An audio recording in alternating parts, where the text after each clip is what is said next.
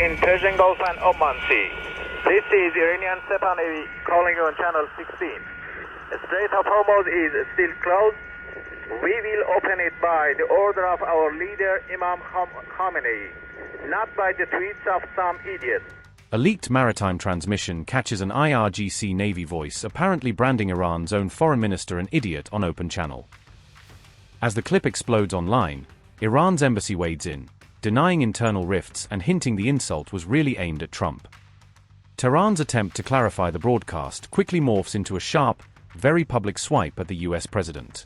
A viral naval radio broadcast has triggered a sharp diplomatic spat, dragging both Iran and the United States into a fresh war of words over Hormuz. The Iranian embassy in South Africa jumped into the fray, openly mocking US President Donald Trump in a pointed post on X.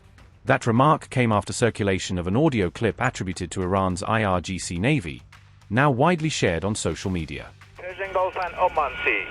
This is Iranian Navy calling.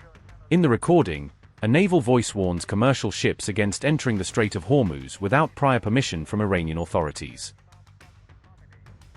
Broadcast on International Maritime Channel 16, the message insists that Hormuz remains closed to any unauthorized vessels. It goes further, warning that ships linked to Iran's adversaries could be targeted if they attempt to force a crossing. In Persian Gulf and Oman Sea. This is Iranian Navy calling you on channel 16. The Strait of Hormuz is still closed. We will open it by the order of our leader Imam Khamenei, not by the tweets of some idiot. If you want to pass through the strait, you must ask permission from Iranian Navy. All vessels that have a connection with our enemies will be targeted if they try to pass the Strait of Hormuz out.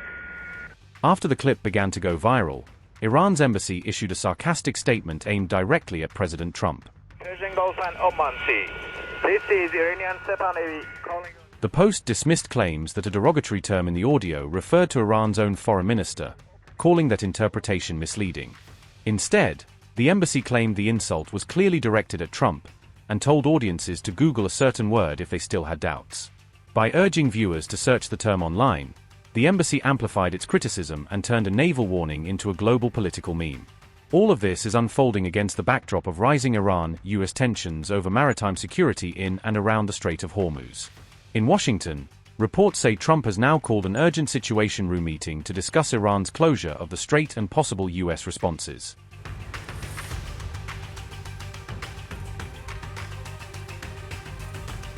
Donald Trump has pulled his war cabinet into an urgent huddle just as Iran shuts the Strait of Hormuz again, sharply raising the stakes for both diplomacy and conflict. On April 18, he reportedly convened an emergency Situation Room meeting specifically to respond to Iran's surprise decision to reimpose restrictions on the waterway.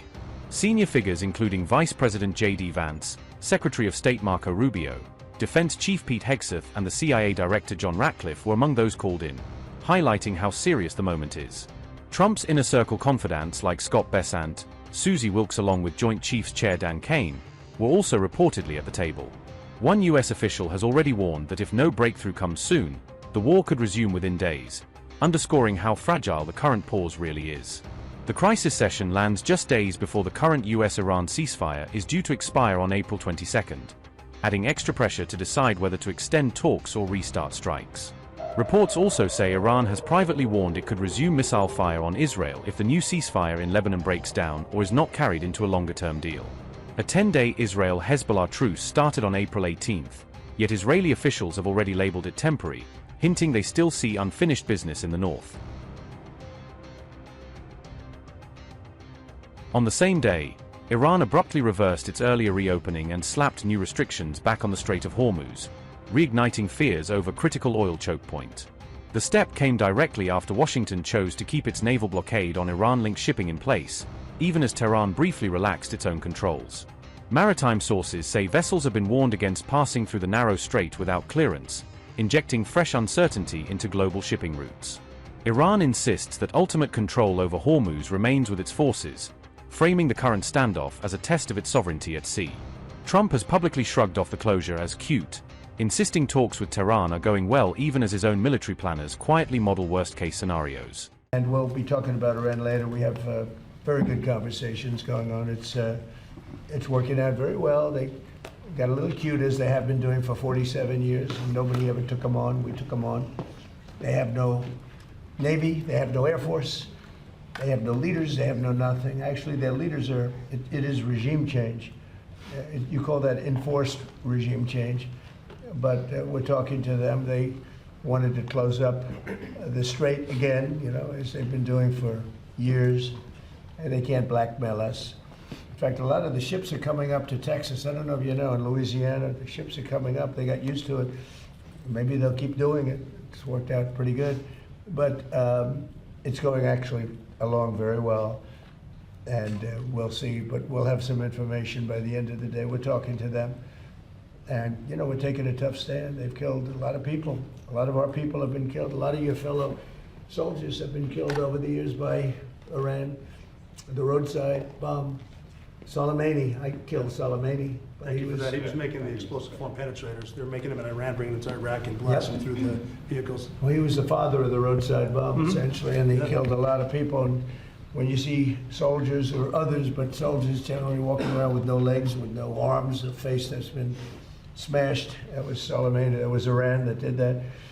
So we have a much different view on it than other presidents. They've gotten away with murder for 47 years. They're not getting away with it anymore. At the very same time, Iran's supreme leader has promised fresh defeats for both the US and Israel at sea if they miscalculate. Mujtaba Khamenei says Iran's navy stands ready to inflict new bitter defeats on its enemies, framing Hormuz as a battlefield where past drone strikes are only a taste of what's possible. The Iranian army, standing in dense, steadfast ranks, shoulder to shoulder with other fighters and armed forces, has grappled with the two main armies of the Araghchi front and has exposed their weakness and humiliation before the world. Just as the army's drones hit American and Zionist criminals like lightning, its brave navy stands ready to make its enemies taste the bitterness of new defeats.